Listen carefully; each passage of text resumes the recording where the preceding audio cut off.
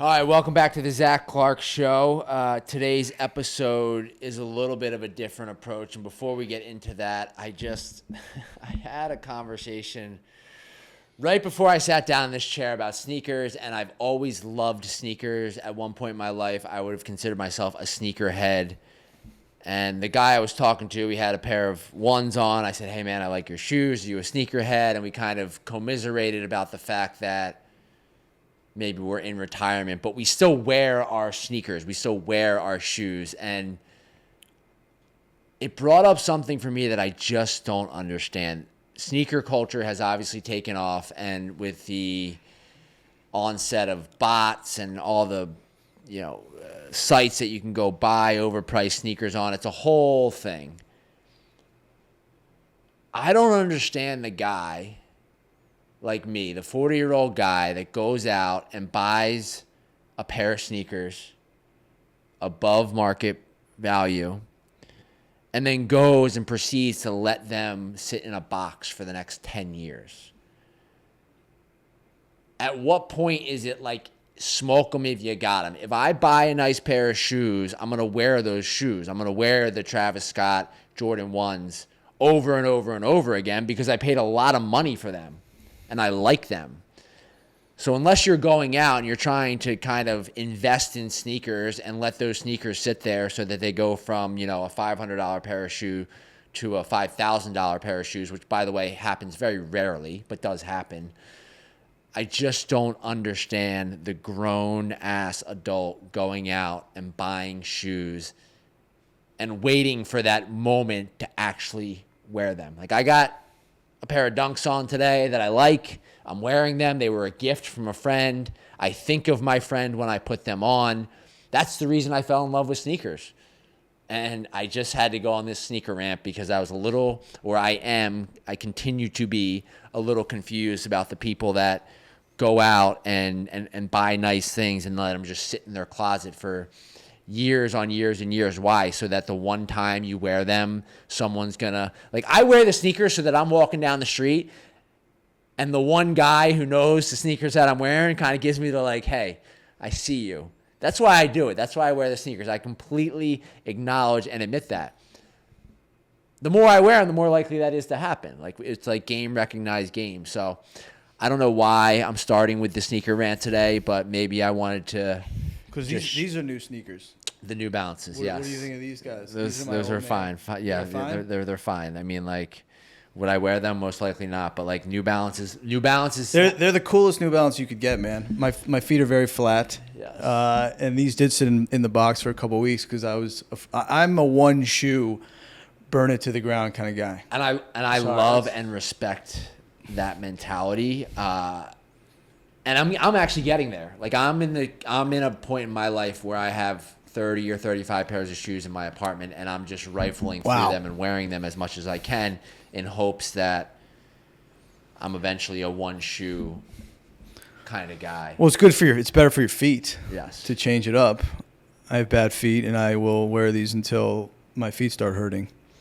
So who is this mysterious man that just popped in out of nowhere to tell me about his bad New Balances? No, New Balance is a great brand, and they're on a great brand. They're on the comeback.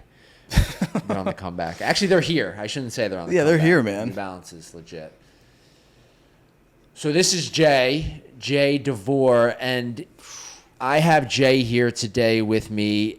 We're going to do a little bit of a solo, not so solo episode talking about this idea of anonymity, right? Anonymity, what that word means. I get questions asked all the time in the workplace from families, from new clients, from patients, from people that I meet that are new in sobriety. And Jay is someone that it's a sacred relationship for me, right? Like, I met Jay 12 years ago at a meeting. I can say that, at a meeting, and that's something that I can say here today because I feel like I've lost the ability to be anonymous, right? But it's been a little bit of a mindfuck. So I met Jay at a meeting, and he has been my guide, my sponsor, my mentor, however you want to draw it up for the last 12 years. Like, when I'm in a jackpot, I call this man right here, and he knows more about me than really anyone. And it's one of the beautiful things that happens in recovery is you meet people who you didn't know before. I had no idea who you were. I saw you share a message of recovery, and I was attracted to that, and I didn't know what the hell you did. So this is Jay. Hello, Jay. Hello, Zach. Thank you. Wow. Yeah. It has been 12 years. You know, I just want to say up front, like, I'm absolutely going to talk about AA, Alcoholics Anonymous, my relationship to it in the most honest way possible. I want to make this 100% clear, and you know this, like, my relationship to it has changed throughout the years, but fundamentally, I always go back to that, you know, it changed and saved my life, right? And it gave me most everything that matters in my life today. It's where I met my wife. It's where I've met people like you. And I think, you know, when we were talking a little bit before, one of the unique things about these relationships is they deepen and they evolve. And like, really, where else does that happen except maybe when you're a kid, where you meet someone and maintain a really active and committed relationship, you know, that really is just about connection and helping someone, and our relationship has evolved like tremendously. Yeah, I mean, I went to your wedding. Yeah. I know the story of how your kid was born on a street in New York City, which we may or may not have time for today. And I agree with you. And it's part of what is such a... I get so twisted up on this, man, and I'm happy we're having this conversation because it is. When I think of my life, what is the greatest thing that has ever happened to me? I got sober. Mm-hmm. I am in recovery, and I actively, you know, work a program that I take really seriously. I have also been thrown into this bizarre existence where you taught me and my community taught me that you don't say no to AA, right? You don't say no to Alcoholics Anonymous. When they ask you to be of service, you say yes, which I have done and I will continue to do. What does that mean for me, though, after I go on national television, I share my story, I get home, I flip open my phone, and I have DMs from people all over the place. Hey, will you speak at my Tuesday night meeting? Hey, will you speak at my Thursday night meeting? Well, how do you know I'm in AA? Are you making assumptions about me and my recovery? Could be my response, or it could be yes. And I've actually responded to a lot of those people and spoken at a lot of those meetings. And so, you know, for me, I feel like that part has been taken away from me. The anonymity has been taken away from me. And Bill Wilson and Dr. Bob, when they wrote the big book, didn't have a chapter about, you know, what happens after you know. Yeah, if you go on reality television and, you know, become, you know, famous. And, you know, there are examples that they cite and as examples or cautionary tales. Obviously, it's a much different world today. Remaining anonymous is incredibly hard. But I also just want to say, too, like, look, like, all of this stuff, the traditions, the steps, like, were to protect AA, right? And like fundamentally, like, that is your intention. And fundamentally, by talking about it right now, like, I honor and respect the life and what happens in, you know, inside of an AA meeting and with the 12 steps.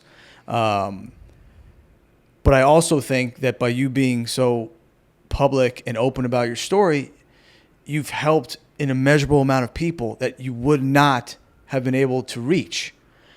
And, you know, I don't foresee this happening, but if in a year from now, you're not in AA and you're using drugs or you're using alcohol, like, I don't think that has to reflect negatively on AA, because I think it's really about the person. No one can get anyone sober. No one can keep themselves sober unless they're willing to do these things. With that being said, like, it is a fine balance. And even recently when, you know, Michael Turnell was on the show, like, we talked about it, and it's how do you walk that fine line of being helpful, which is what you're taught to do, while also being honest about like what you feel is the right thing to do. And I don't know if there's one single answer for that. No, part of it, I mean, part of me is very scared even having this conversation right now. But then I think of Me too. what I want to say, which is Jay is also part of the creative behind this show. And if we as humans are really meant to evolve and to grow and, you know, like rule number 60, like we don't take ourselves too seriously, then I can wrap my head around the idea that It's also like you don't have that. Like, are you that powerful? No. Right? Is Zach Clark going to take down? No. Is any one person going to take down? No.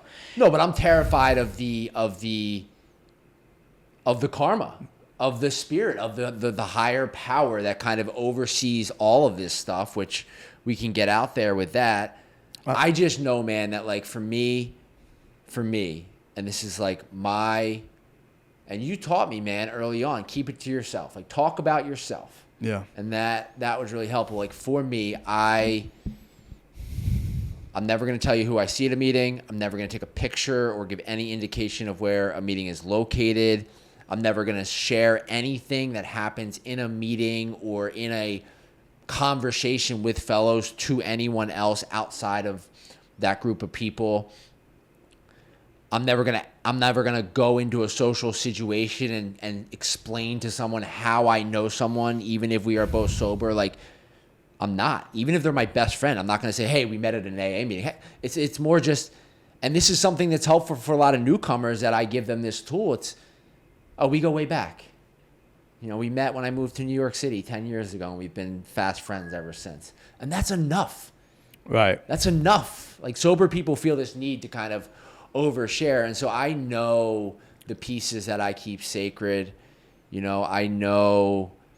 You know your intention. Yeah, I know my intention. Well, that's for fucking sure. Because we also know people, and even in our recent lives, who use it as a way to gain attention or to enter into conversations that they want to be a part of, and look at our culture right now, like.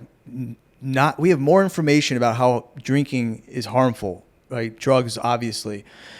Like how many young people are choosing to not drink, right? So the whole conversation around alcohol and alcohol use disorder, even saying that versus alcoholism, like it's all a mind fuck. Like, am I wrong? If I refer to someone, oh yeah, he's Zach was a drug addict. Like is that harmful? Like and it's all confusing and it's all changing. But what isn't changing is the problem, right? I think the language is more about the person who doesn't know they have a problem yet. Right. To broaden the front door. It's easier for someone to say to themselves, I have a substance use disorder, than I'm a drug addict. For me, right. I fucking lean right into that. Like, I'm a drug addict. Like, well, I don't know what you want from me. That's what I am. When I do drugs, I end up in weird places with weird people, and I do way too many of them. And if fentanyl was around when I was, doing drugs, I wouldn't be here. Right. Period. End of story. Right. And it's also too, like when people say, because I've heard people say, I'm an alcoholic, or that's all I am. I'm just identifying as an alcoholic, and it's like, again, like that goes back to what you just said about take the problem seriously, but not yourself necessarily too seriously. Like if I'm referring to myself as that, like that doesn't mean that and again, this is for the person who's new, right? Who's scared to ask for help. Who doesn't really know what happens inside of an AA meeting or in recovery. And there are people who are in recovery who don't know what happens inside of recovery, so I think it's really about finding good people who have good intentions and are, even by having this conversation, like I feel uncomfortable, but I also feel the need to say, like, I want to protect AA. Even as my relationship has changed, of course I care. Even as my relationship has changed to it dramatically, but like if someone, like I was telling you before, like I was speaking to someone who needs help now, and all I can do is tell them what I've done, and that requires like full immersion into the process. Yeah. Even if I'm not there, and I don't lie about it. I say, look, like this is the way I used to do it. I don't do it that way anymore. Yeah. Maybe I should, maybe I shouldn't, but I don't. But I'll tell you when it worked, when I got what I got, that's what I was doing. Yeah. And you must see this all the time, like with your professional work, having to navigate that line of. I mean, it's talk. Yeah. So the thing that for me, so I hope to celebrate. I don't know when this is going to air or if it's going to air at all, because I'm so. This conversation is just wild to be having out loud, but I hope to celebrate 13 years at the end of August, August 30th. And if I do, that'll mean I've worked in behavioral health care for a little over 12 years. Like, I started working in recovery pretty shortly after I got sober. And still to this day, when I share my story in a spiritual environment, I don't talk about, rarely will I reference my day job. Rarely. Because I don't want people to get it twisted. And it's almost like there's some shame there. But what I will tell you is that what we do at Release Recovery is vastly different than what happens in a 12-step room. And by the way, I support other methodologies and other programs. I mean, Smart Recovery and Refuge Recovery and Dharma and all these other support groups. I mean, we host a Dharma meeting at our release office every Friday night. You know, I'm open to it all. Whatever's going to work for you. But I don't talk about it there because it's really, you know, my story as it relates to my alcoholism and what I did to get sober. So I talk about going to rehab. I talk about, you know, going to meetings. I talk about the importance of step work and actually doing the work once I'm there. But I don't really talk about my day job because I don't want it to get confusing. And there are and yet, you know, and tell me if I'm wrong, undoubtedly your experience in AA and with the 12 steps has informed how you approach your work. Yeah. And my life. And well, of course, yeah, your life.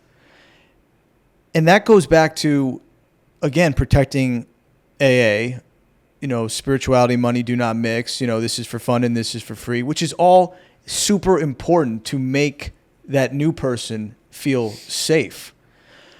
But there's a lot of different ways to make someone feel safe. And there's a lot of different ways to get help. And that's only changed in the 12, you know, for me, 17 years that I've been sober, you know. And so that's not to say that like AA needs to evolve. It doesn't need to do anything. It's because it's the people that make AA. And so if people keep evolving and doing what they need, you know, what they need to do, then AA will be fine.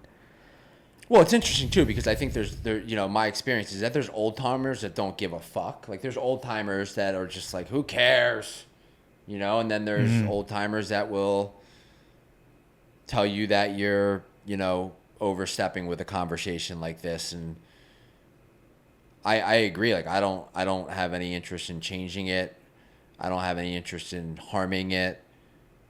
I also have serious personal experience of sharing my story and seeing the way that has impacted the world and quite frankly impacted me personally, like my life and my North Star and what I want to be and what I want to represent in the world and how I want to go about my business. We're even starting this fucking podcast to begin with. It's not like we're, you know, signed a huge deal with a big company and said, hey, we're going to make a shitload of money doing this podcast. If that comes 5 years from now, great. But the ethos, the spirit of what we are even doing here is to introduce people to a variety of different stories, a variety of different recoveries, a front door into this process that is fucking broad and roomy and all-inclusive. Yep. And that language comes from AA. Yeah. Well, you said something, you said this conversation is wild. And it's like, I feel that, right? I feel like uncomfortable. I feel like I'm doing something wrong. But on the other hand, I don't, you know. Does the average person, and they don't, why would they understand when you say this feels wild, what that really means? No, right? But it feels that way because I and you and people who have given so much to it and have received so much that it really matters. It really matters. So I know that your intention is to do this the right way, but to also be honest and honor your experience. Yeah, I think about how many parents have called asking, release for help. And then they kind of get their kids or their husbands or wives enrolled, and naturally kind of 12-step always comes up, right? Mm-hmm. And a lot of times parents will say, wasn't that a cult? Right. Isn't that a cult? And I laugh because I know it's not. I know it's an incredible place where people meet and gather and change, and I don't even try and explain it to my normal friends because until you've experienced it, and until you've experienced the miracle of recovery, like, they're not going to get it, man. And even with these parents, I kind of just tell them, no, it's not a cult. Like, let your child have their own experience. Keep an open mind. Mm-hmm. And don't ask them questions about, who they're seeing at the meeting and are they making friends and where are they at in their step work and when are they getting an amends, because then that just becomes naggy and annoying. Right. And that's the education that we try to give to the parents, is that this journey that someone is on, that I am on, is spiritual in nature. Mm-hmm. And it's my journey. Right. Well, you said two things. I mean, like, first of all, the word cult, you can't say that word without someone having some negative connotation, right. And that's the first problem, right? And what really changed my life in this process was the idea of being like truly open-minded, like letting your ideas change. And so, like, people would say you're brainwashed, and it's like, well, sometimes you need brainwashing, right? Like, the way that I was thinking and living was not working. Yeah. And I wasn't happy. So if that's the brainwash, then that's what I needed. A cult. We live in a culture of cults. Like, we are an obsessive culture. We consume like, whether it's sports, it's celebrity, like it's religion, whatever it is. It's the word that people get, stuck on. AA was started as a spiritual movement. It still is a movement. And the beauty of it is it's people with a common problem identifying with a common solution, right? And so call that whatever you want. It doesn't really matter. Yeah, I mean, look at I think it's John Kelly, who's a Harvard researcher, doctor, like, published a paper about the efficacy of 12-step recovery and how it is still, and if I didn't get something right there, I apologize, but there's something that he has put out there that says this really works. And well, because it's the community, it's the fact that 12 years later we're sitting in these chairs having this conversation, bound by this thing. Well, it's always hilarious to me too, because whenever I'm introduced to someone new in recovery, and I get those messages all the time, the person that always worries me the most, there is a profile of this guy. The guy who is between 28 and 35 years old. He went to Harvard or Yale or Princeton. Mm-hmm. He's the smartest guy in the room. He's made a shitload of money, but he cannot stop drinking. Mm-hmm. And if I am talking to them on a personal level, and I invite them or suggest that they go, amongst other things, to a 12-step meeting to check it out, that's a professional recommendation that I make. They laugh in my face. And then maybe they'll go and tell you every reason why this thing that's been around since 1930 is wrong and they are right, the person that can't stop drinking. Mm-hmm. Which is the hilarious thing about this, is it's so simple and it's so easy and anyone can do it. Mm-hmm. But it's almost like the more intelligent the person is, the smarter they are, the more likely they are to fight it. And I've seen that person die a lot because they are just not willing to surrender and let go of the ego. And it's really scary. And then You know, you get the person that comes in kicking and screaming, but they do it. And they do it honestly, and miraculously, they get it. They get it. Well, what kills those ideas is pain, right? When you are absolutely broken, and sometimes those people just aren't broken down enough to the point where they're willing to do whatever it takes. You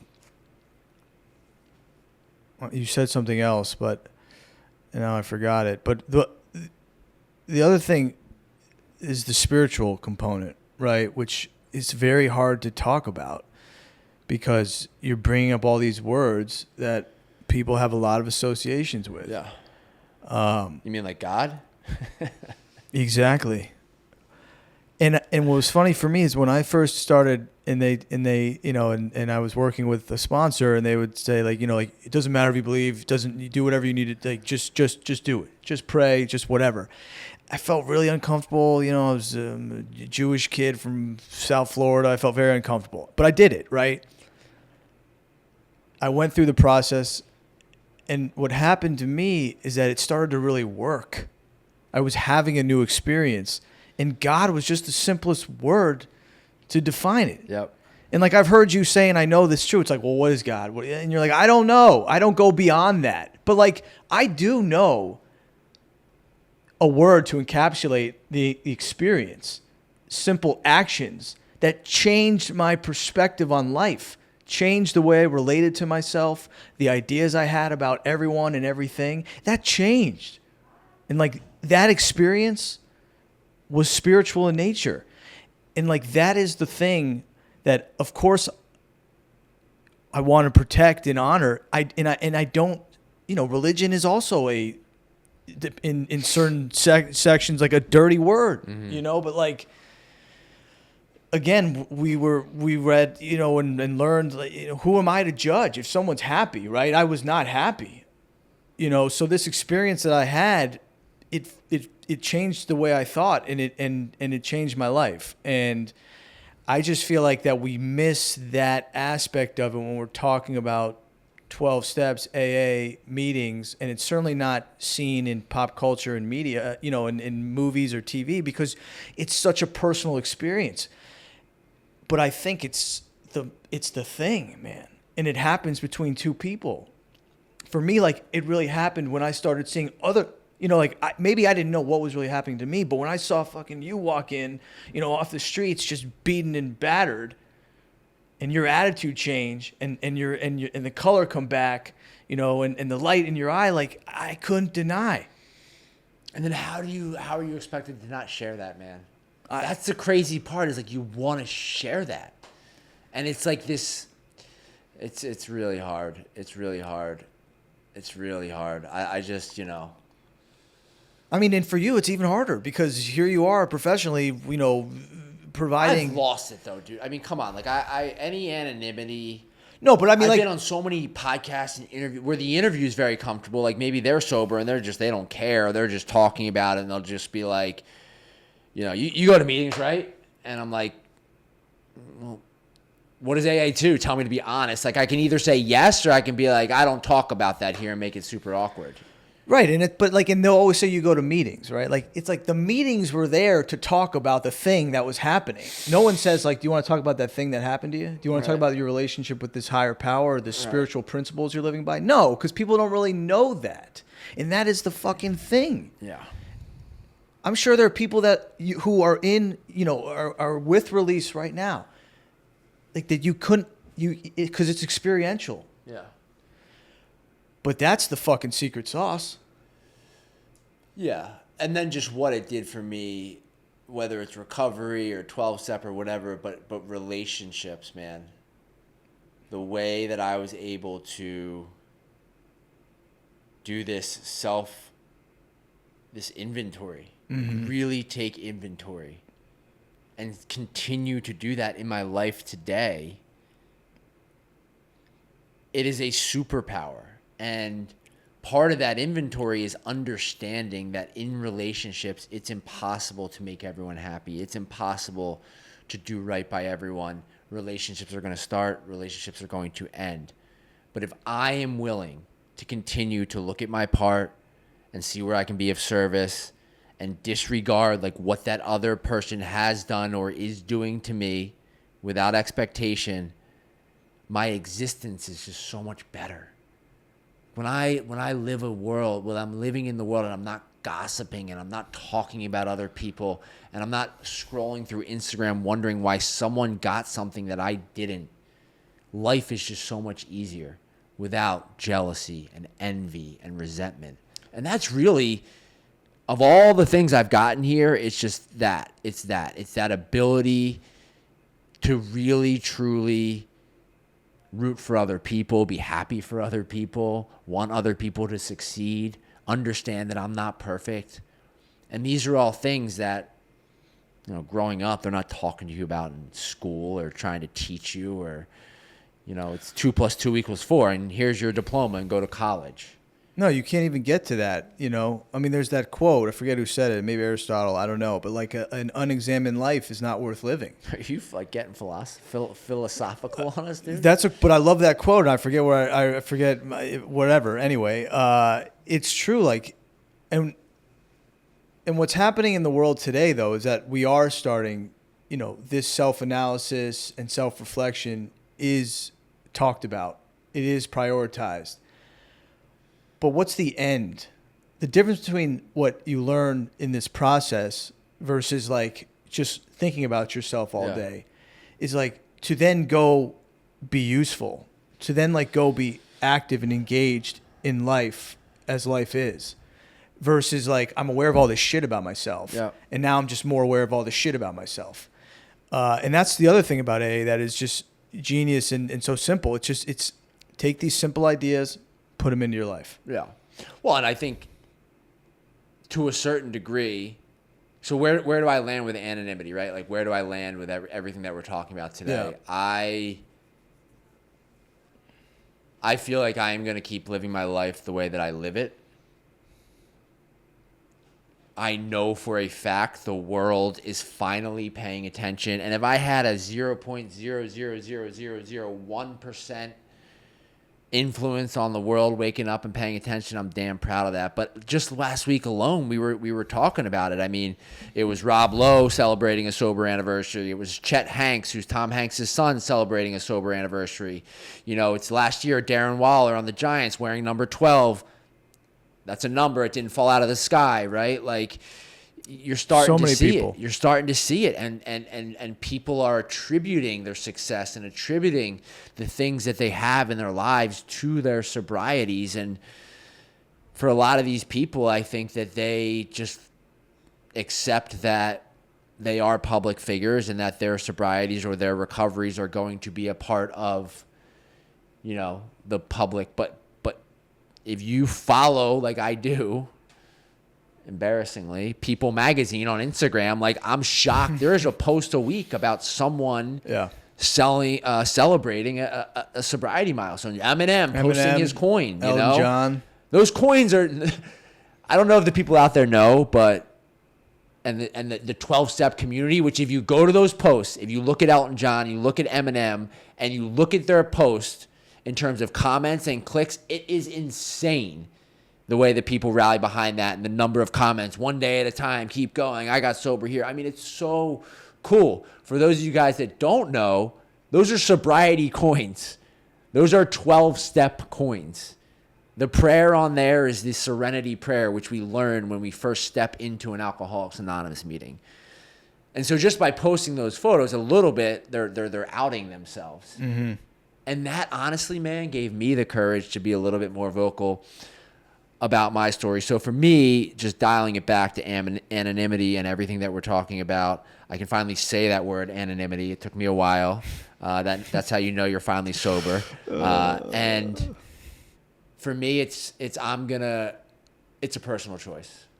And the way that I choose to speak about my recovery and carry myself and talk to others and treat people, I feel like I do a pretty good job with it. And that's what I'm just going to keep doing. I don't know how else to say it. And that's it. And it's circumstantial too, right? It's case by case. It's individual. But if you're someone who has a public life, that circumstance becomes a lot bigger, right? And ultimately, at the end of the day, it doesn't really fucking matter what you say, man. If you go out into your life right now and you act like an asshole, like that's on you. So, I've heard the most amazing people talk and say the most profound things, and they're assholes. So it doesn't really matter. We don't have that power. You don't have that power. And I think that, I admire and I respect, the way that you approach it, and it's going to continue to evolve. Because it's like, how can you, it's such a fundamental part of who you are. How can you not share it, especially if it is the point of it is to be helpful? And that's where it lands. Well, I mean, and I just go back to this, man. Wholesale change, like real change in our healthcare system. We are so far behind in behavioral healthcare. We are so far behind. When you hear someone's in a psych ward or a psych unit, you get scared and you think of linoleum floors and straitjackets. You don't think about someone who, with the same level of love and compassion that you would if someone had cancer or diabetes or heart disease. And so in order to get to a place where someone being in a mental health facility is seen the same way as someone being at Sloan Kettering getting cancer treatment, I believe we're going to have to talk about this shit. I just do. And that still might not even be enough, but there's a lot of work to be done. And I dream of a world. I shared this story many times. I was at the gala for the American Heart Association. Grace was there, and we had a couple other people from our team. I was at the gala for the American Heart Association celebrating 100 years. And one of the guys got up there and kind of said, 100 years ago, if you were diagnosed with a heart disease, it was a death sentence. It was a death sentence. And today, if you look at where we are in terms of cardiovascular health, it is no longer a death sentence. In fact, most heart disease issues are curable. They're putting stents in veins. I mean, it's crazy what they do. And so when I think about that and I relate that to behavioral health care, I mean, I dream of a world where getting diagnosed as bipolar or getting diagnosed with a substance use disorder or getting diagnosed, God forbid, as an alcoholic is no longer a death sentence. It is no longer... Or a scarlet letter. Right. And in order for that to happen, I believe that we're going to need some pretty powerful, agents of change behind it. So I agree. Anonymity, man. It's crazy. But and then we can stop. But having this conversation, how do you feel now about, do you still feel uncomfortable? I gave up, man. I mean, I even coming off the show, I was so careful talking about it on the show. You'll never, you didn't hear me say AA 12. I mean, for years, interviews, but it started to affect me because I was asked about it so much, and then I started to feel dishonest. So I'd be in interviews like this, and I'd dance around it, and it would get all super weird, and I wouldn't feel like myself. And so there's a part of me that feels okay because I've just surrendered, and I have to acknowledge that maybe my existence is just a little bit different than the next person, and I have to believe that it's a personal choice. And if man, I would hope that no one goes and drinks after this episode. But if someone hears this episode and writes in or finds a little bit of curiosity around what goes on at a meeting, and they step into a meeting and they go and get sober and I never hear about it, then we did our job. Yeah. Well said. So it's good to have you here. I appreciate the riff. Thank you. Wear your fucking sneakers. I hope it was, yeah. What a first day for him.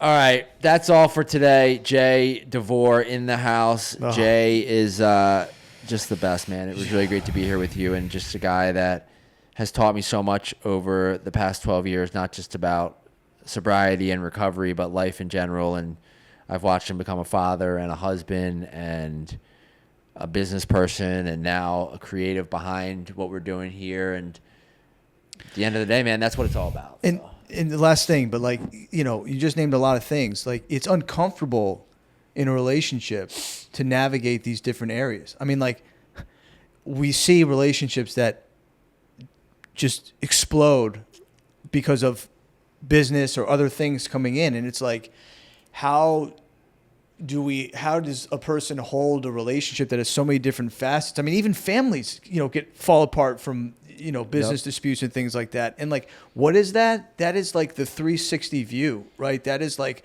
I am going to always look at myself and have to get honest about like what I'm doing, you know? And like, that's how we can maintain this. There's no other way.